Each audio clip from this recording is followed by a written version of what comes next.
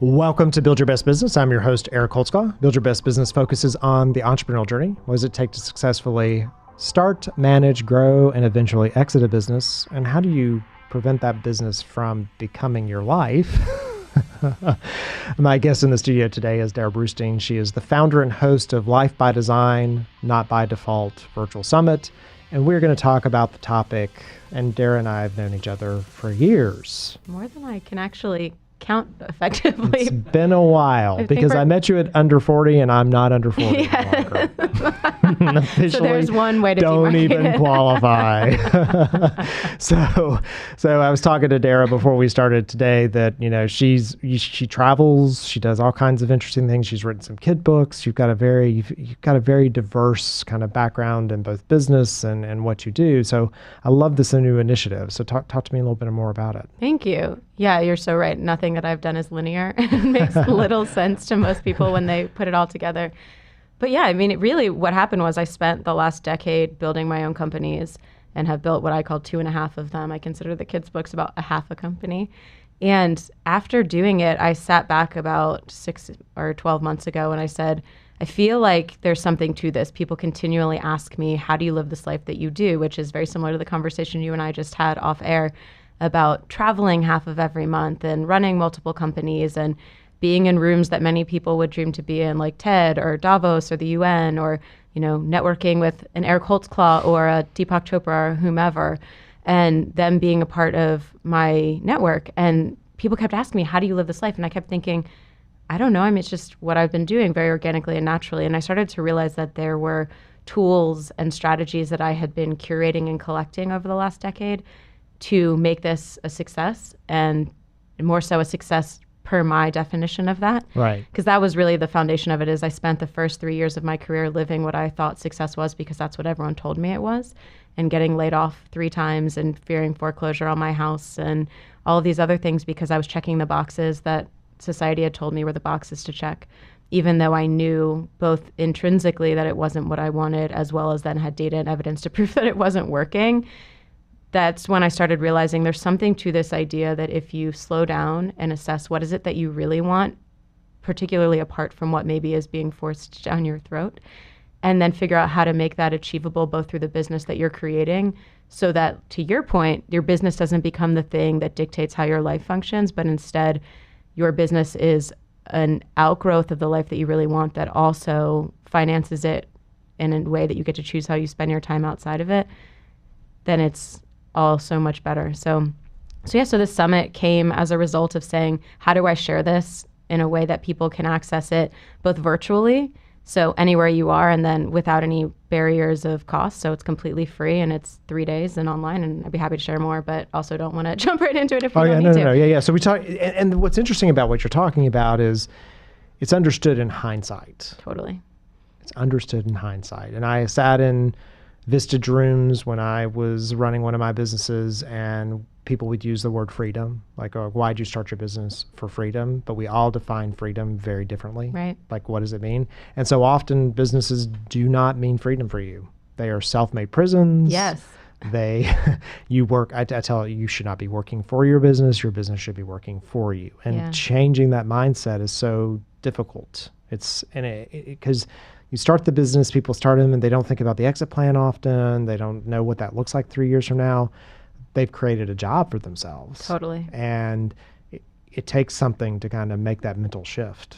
Yeah, you're totally right. I mean, you and I were just talking about the E-Myth Revisited by Michael Gerber. And I think for anyone watching or listening who's never read that book, it's a really great principled foundation to figure out how do you not become, for lack of a better analogy, like the hairdresser running the hairdressing business, where you physically have to be there cutting the hair every day for that business to survive and thrive, versus being the person working on the business. And they're entirely different situations and places to be. And typically when you start the company, you're in it, but you're the ideal, I think, and Michael Gerber thinks, and I think you think, is to get out of it eventually, and not necessarily mean sell it. That could be one way, but to get out of it so that you can be the strategist and not the practitioner. Yeah, and talking about being the practitioner, if you really are just the practitioner, you should go to work for someone. Totally. The risk is too great. The end reward may not be there for that. Like, you're taking all the risk and you're doing all the work. Right. So you've got to figure out how to switch that model, and it takes some time.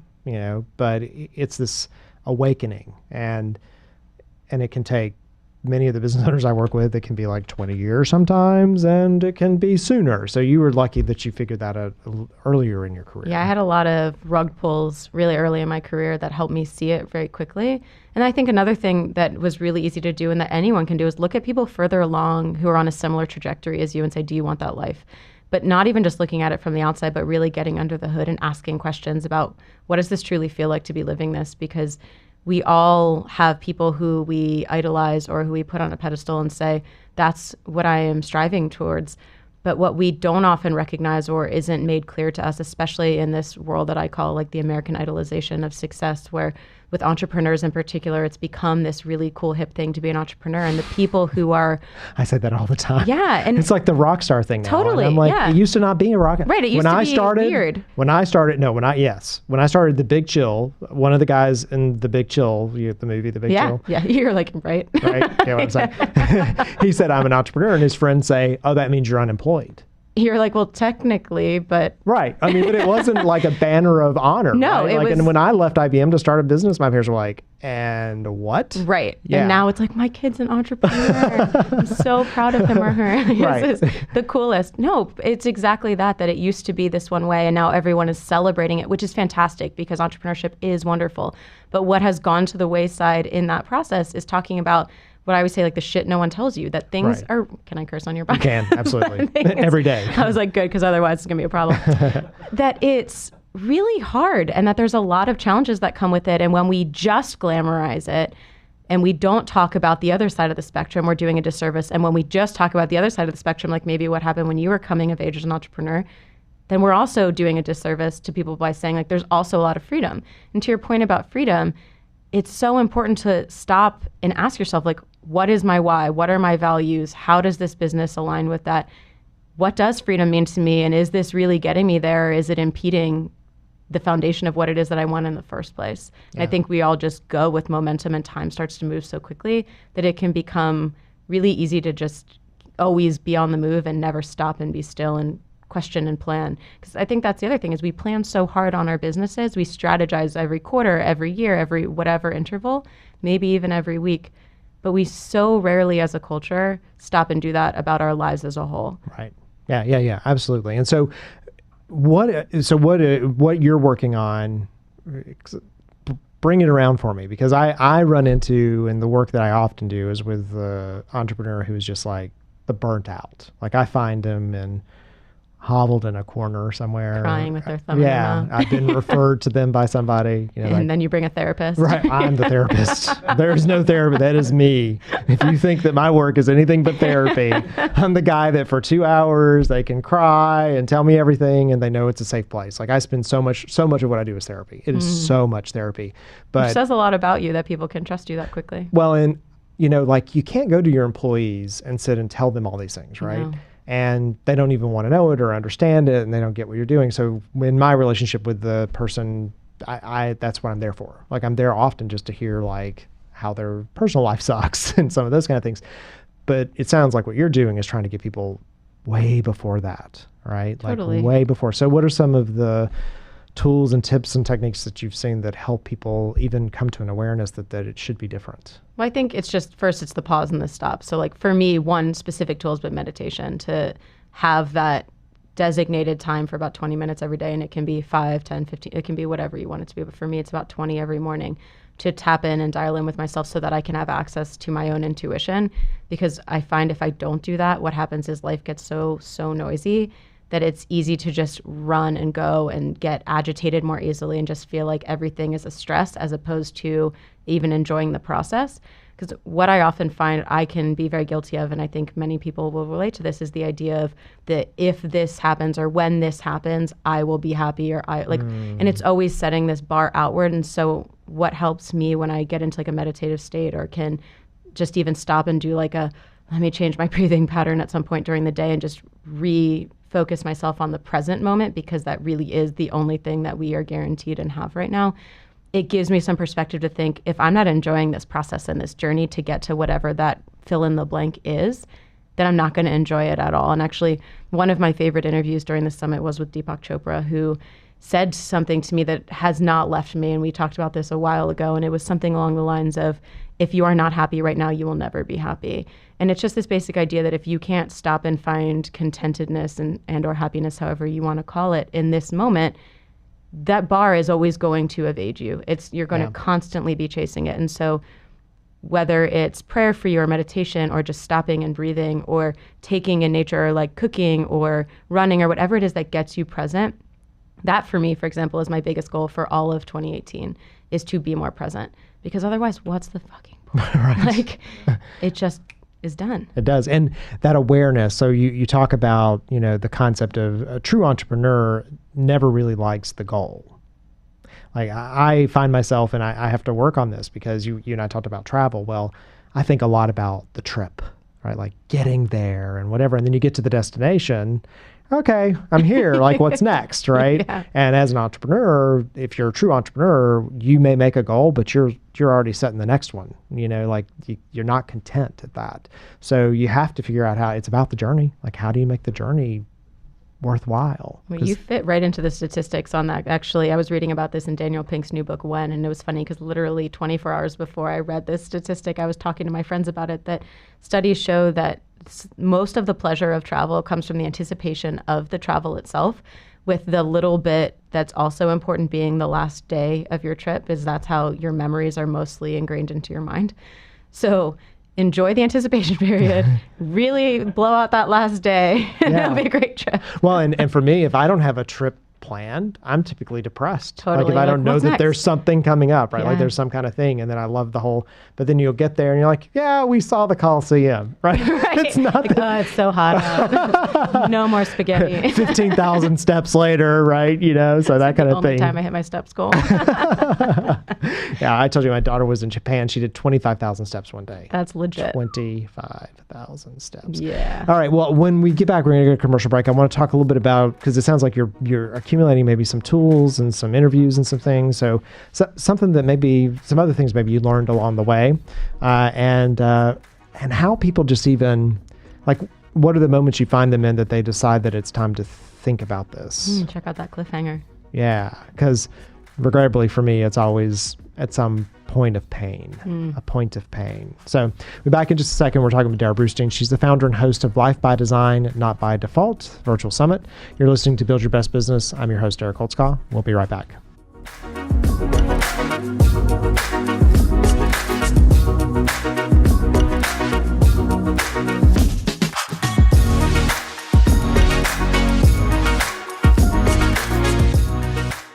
Eric, tell us about Laddering Works.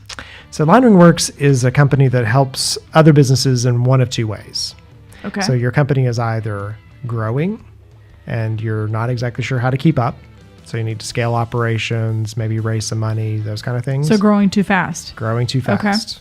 Growing too fast. You got kind of structural, you walk in every day, there's a fire. You've been doing it longer than 3 years or 1,000 days, and you still feel like you can't step away from the business and take a vacation. So we help companies on that side. So sort of operational support, looking at their financing, seeing if there's a way that we can help them, get to the next level. Or you're a company that's not doing any marketing at all.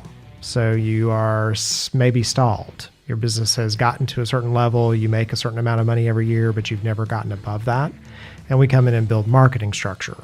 So both of them are operational at the end of the day. It's about creating a process and a way to approach it that's strategic.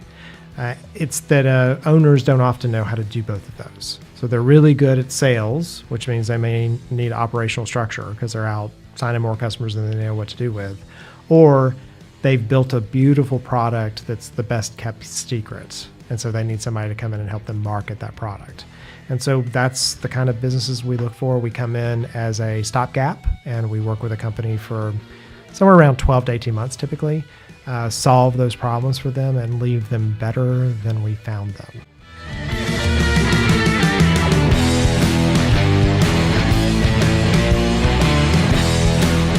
And we're back. You're listening to Build Your Best Business. I'm your host, Eric Holtzclaw, talking today with a good friend, Darrah Brustein. We've known each other for a minute. She's the founder and host World's of longest minute. Life by Design, Not by Default Virtual Summit, talking about making sure that you enjoy the journey, that it's not just about building the business. You shouldn't be owned by your business. And, we see stuff on social media, and you and I are part of some similar groups. And you've got people who fall into different categories. You've got the person who's like, if you're not grinding and you're not working 24/7 and you're not whatever. Thanks, Gary Vee, for that. I know. It gets exhausting. I don't know if you remember, actually, in one of those forums years ago, someone put a post up, it was in YEC, saying, how many hours of sleep does every founder here get each night? And people were bragging, like, 3 hours, 2 hours, 5 hours. And I was like, 8 to 9.5. What is wrong with all of you? I know. Well, and I'm more of a night person, so I really don't want a meeting before 10. I really don't want to talk to you. I'm so glad we have that in common. So, it's like, somebody who's like, I want to do a 7:30 meeting. You want to do what? Yeah, you better be Oprah. Otherwise, it's not happening. Right. Or a flight. And there's studies about that, like sleep deficit, you can't return from it. It's bad on your body. There's no badge of honor in having committed yourself into those things. I'm so glad you use that phrase, badge of honor, because I think we have created this idea that hustle and busyness are these badges of honor. Like, do you get this when people say, how are you? And suddenly busy is a state of being. And they're like, oh, I'm so busy. And you're supposed to be like, oh, that's great. And my thought is always, I'm so sorry to hear that. Like, why are we bragging about that? Right. Yeah. My life is, I have no life. Yeah. So, and anytime I get into the I have no life position, that's when I'm like, what do I need to do differently? Like something's got to fix here, right? I got to have my weekend back. I got to have my evenings, because you talked earlier about, I love to cook. And so I have to cook each evening. It's one thing I love. I've got Blue Apron. They show up, and it's awesome because I don't have to go to the grocery store. I get a nice meal. I get to do something that's sort of got a start and a finish, and it's a completing thing, because so much of the work we do, it could take months to see the results. Right. Even. Yeah. So as you put together the virtual summit, and you're working on a book too, or is it? Okay. So what are some other things that were surprising to you that maybe you got taught? Because I would say of the people I know, there's a handful who do this well, and you do this well. You've done a very good job of, I feel like a clean separation between the businesses you've built, and you've built those businesses to support your life versus having a life that's built around your business, right? So I'd almost be curious what you learned, right? Because you seem like a studied expert in this category. Well, thank you. Toot my own horn here. There's so many things that I think were just completely wrong that were being spoon-fed to me over the years, and I just took to be fact, which caused me to realize always question the status quo, always question what is being taught to you, not just to be a jerk, but because it's important to decide first what do you value, and then how do you make sure your actions align with that. But so some of the things that I think were wrong is, one, working for other people is always the safer, better, more stable option, which not only do I now know from experience as having worked for myself for the last 10 years and building 2.5 companies, but having had 3 layoffs in the course of 3 years. So one, I was like, that's not the case. Right. Another is that it has to be really, really hard. I think there is a difference between working persistently and putting in consistent effort and things being a fucking disaster and always beating your head against a wall and feeling like it's a trudge every day. Right. To me, that is when you are moving in the wrong direction. Like, that is when I feel like something is telling me internally that that's not the decision to be making or the thing to be doing. And so when I started realizing that things could feel more effortless, even though I'm still putting in effort, that was sort of an eye-opener as well. Gosh, there's so many. I'm like, where do I even go?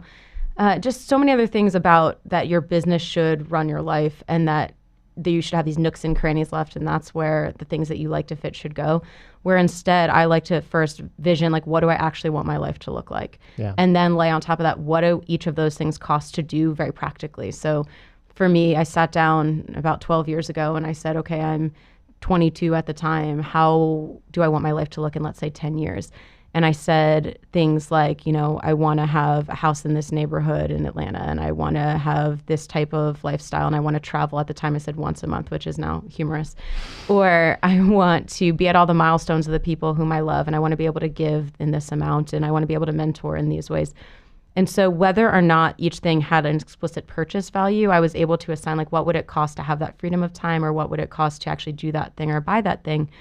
And I can't. And that is, those are swaps. You swap time for money. Totally. Right? Yeah. Which is such a great thing. I think also too, when you switch the way that you think about money to just seeing it as a tool, and it's buying you the freedom to do other things. And I'm sure you feel this way all the time. Like I get my house cleaned, and it took me a while to make the decision to do that. But when I realized, okay, could I spend my time making more money than what I'm going to spend to do this in the few hours it's going to take them or me to do it? And would it be more worth it to invest in the producing of money rather than the spending of the time doing something I don't like? Then yes, I'm going to do it. So I needed to have my house pressure washed a couple weeks ago, and the guy came to give me a quote, and he sent the quote to me in the driveway, and it was so ridiculously low that I waited an hour to respond. Right, because you're like, I can't just jump at this. I can't just say yes, right? Yeah, it's like, and I was did like, you miss a decimal point? Right. And so I was like, okay, I'll wait an hour. And so then I sent him back like, yes, I need it done by Saturday because I had 50 people coming over. And so I didn't hear from the guy. We're having 50 people come over. I have a pressure washer at the house. So I got out, but it's a silly pressure washer. I don't think I've ever used the thing. So I got out there and I'm like, I started on the patio. I never should have because I was like, well, I now have to finish the patio. So I was like 5 hours into it. I'm like, do you know how much money I could have made in the 5 hours I'm out here? And then the guy shows up the next morning. And you're like, why did I do it was good, but it would have taken me like the rest of my life, I think, to finish. And he was done in 2 hours. He did 2 hours. 2 hours worth every dollar. I'm sure you talk to people that you consult on this too, because it's not just could you be making more money, but it's like, is your highest and best use of your time in this way? Yeah. Or are there things like you love to cook? Would this sacrifice you from taking the time to do the things that you really enjoy and give you the energy to pour back into your business later? Because that's another misconception, that we should be working in our businesses or on our businesses all the time. And I used to have that guilt where if I was growing my first company, we weren't making the revenue I wanted to make yet, and I didn't feel this sense of financial freedom yet, which is natural. It's going to take some time. Yeah. But I felt this overwhelming sense of guilt if I wasn't working on my business or I was doing anything pleasurable outside of it. Right. So I felt like, how dare you go to dinner with your friends, or how dare you read a book for pleasure right now? Like, you need to be working on your business. And you know, more studies, I keep talking about studies, who am I? Talk about the idea that being sleep deprived or overworked is just like, is the same to your brain as though you were drunk. Yeah. So I'm basically drunk working, acting like that time is productive time, when really what I learned was when I step away from the business and put it into the things that I enjoy, like spending time with people I care about, or watching The Bachelor, yes, or reading a good book, or traveling, or doing something to change my perspective, I came back fresher and with more energy and with better perspective onto the stuff I was working on, and could do it in way less time. So I think even a small experiment people should do is say, what happens if I take off in an afternoon? Like, does my team still function without me? Or take a short trip and don't check in as much as you would and start to take your foot off the gas a little. Or even just like find little ways where you can change your habits and patterns to figure out, okay, it doesn't actually have to work that way. Like, it doesn't have to be from 9 a.m. to 6 p.m. or it doesn't have to be at your desk or your office. Like, find ways to change that up if you want to and it's not serving you. Yeah. And that stepping away is such a weird, people don't realize that is such an important tip. Like, if you're rotating around it, you can't get it done, just walk away. Right. Walk away. Do it later. Look at it tomorrow. You will finish it so quickly. Yeah. But if you're just stuck on it and people just think they got to keep grinding through it, and we're sort of taught that, right? You see the movies, you see whatever, it's like, keep doing it. And we watched one on the hockey team, The Miracle, and the guy like made him like practice till 4 a.m. or something. I think this is just mean. Yeah, and you get that in your mindset. It's like, well, that's the way you got to do it, right? You just got to keep doing it, and you will be much more effective if you walk away. And that whole concept of basically being drunk, if you're not getting enough rest and sleep and those kind of things, people just don't think about it that way. Totally. So talk to me about the summit. So how's the summit going to work, and what's around that piece? So it's all online, and it's 3 days, 20 plus hours of content, and 45 speakers. I name dropped Deepak. So Deepak So kicks 3 it days, 20 hours. 20 hours of content. 40 speakers. 45 speakers. 45 all speakers. Online. So it's really, you can tune in from anywhere. You can be wearing whatever, and you can tune in and out. So if you say, I only want to watch Deepak, you can tune in for Deepak, and his video will not only play at the kickoff of the summit, but he and everyone's for each day will play until midnight, completely free and available to you. And so day one, it takes you through a progression. Day one is all about the internal work to figure out, what do you really want? How do you design the life? How do you map it? How do you get unstuck? How do you go from these paradigms of burnout and hustle and everything else to figure out, what does this life I want really look like? Or how do I get closer to it, depending where you are on that spectrum? So, Deepak leads the day talking about the relationship with the self as really the foundation for that. Then we've got speakers talking about the art and science of living in flow, or how to meditate and be mindful in a world that is really loud and busy for real people in a way that's very different than the way Deepak presents it, and a number of other things. And the day closes out with this NBA all-star Ronnie Turioff an Olympian, talking about how do you achieve a massive dream and how do you work towards that, and then what happens when you actually achieve that dream and what do you do after. Yeah, and that's the funny thing is achieving the dream is sometimes a downer. Totally. And he and I have become great friends, and we talk about this all the time, that most people dream of things like he's achieved, like fame and wealth and notoriety and all of these things. Like he has been at the top of his class in every way, shape, and form. And it doesn't feel anything like you expect. And actually, it starts to come with other challenges you didn't anticipate. Like he talks about the downsides of fame, and he talks about what it's like to retire from your dreams in your 30s. And suddenly you're like, well, I have so much life hopefully ahead of me. Now what do I do? And how do I keep going? And so it goes back to the earlier idea of when we're chasing these, if blank happens, then I'll feel good. And you start to realize that that's never the case. It never feels that way. And it just feels like, okay, it happened, keep going. It teaches you to pause. It teaches you to celebrate in those moments, and it teaches you to not be so beholden to the outcomes and more beholden to the journey. So, which is easier said than done, which is why they break this down really beautifully into the summit. And so day 2 talks all about designing the career and the business to finance and fund everything else, as well as to integrate into what you're talking about, because this is another misconception that we should balance our lives. I deeply believe we should integrate our lives, that work shouldn't be here and family shouldn't be here, and spirituality and health and wellness and money, that it is all one thing called your life. Right. And work is a part of that. And that just goes back to the mass production, like factory thing, right? Like Totally. show up at 9, do this thing till 5, Yeah. and that's not the world we live in. Exactly. At all. Yeah. Exactly. Such a different era that we're still living off of that framework. Yeah. But so this whole day is led off by, I think she's a friend of yours as well, Kat Cole, who's CEO of Focus Brands, who's phenomenal. She's one of the best speakers I've ever heard and become a dear friend. And she talks about the idea of being a nonconformist and an entrepreneur within these billion-dollar companies or anywhere you are, and how to really make an impact where you are. And we've got badass speakers that day talking about everything from getting your brand out online from the #1 Snapchat influencer to the way to finance and fund everything that you're doing, and everything in between that you need to know about building this career to really fit within the framework that you've designed. And then day 3 is a personal favorite for me, which is building the networks and the community to support all of it. Because as you and I know, and I have lived my whole life believing, is that life is not only less boring and more fun with people around you, but it is the fastest way to get closer to your goals and to help other people get closer to theirs, is to have a strong, connected network. And people just don't get it. They think that networking is a transaction. It's not a relationship. And so that day is kicked off by Adam Grant, who tells us everything about giving, and is closed off by Jen Sincero, who's a #1 New York Times bestselling author on how to be a badass and how to be a badass with your money.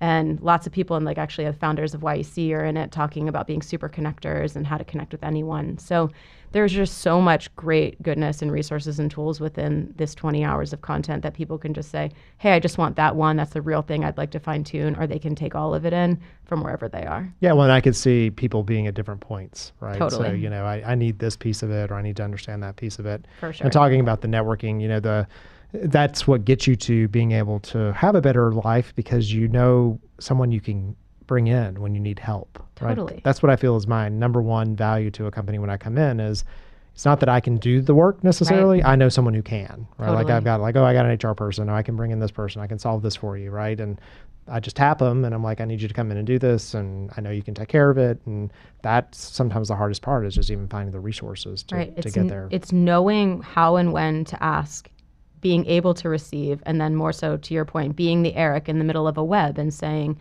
everyone knows that if they come to Eric's going to be able to connect the dots for them to the right resources that are going to get everyone to their goals more quickly.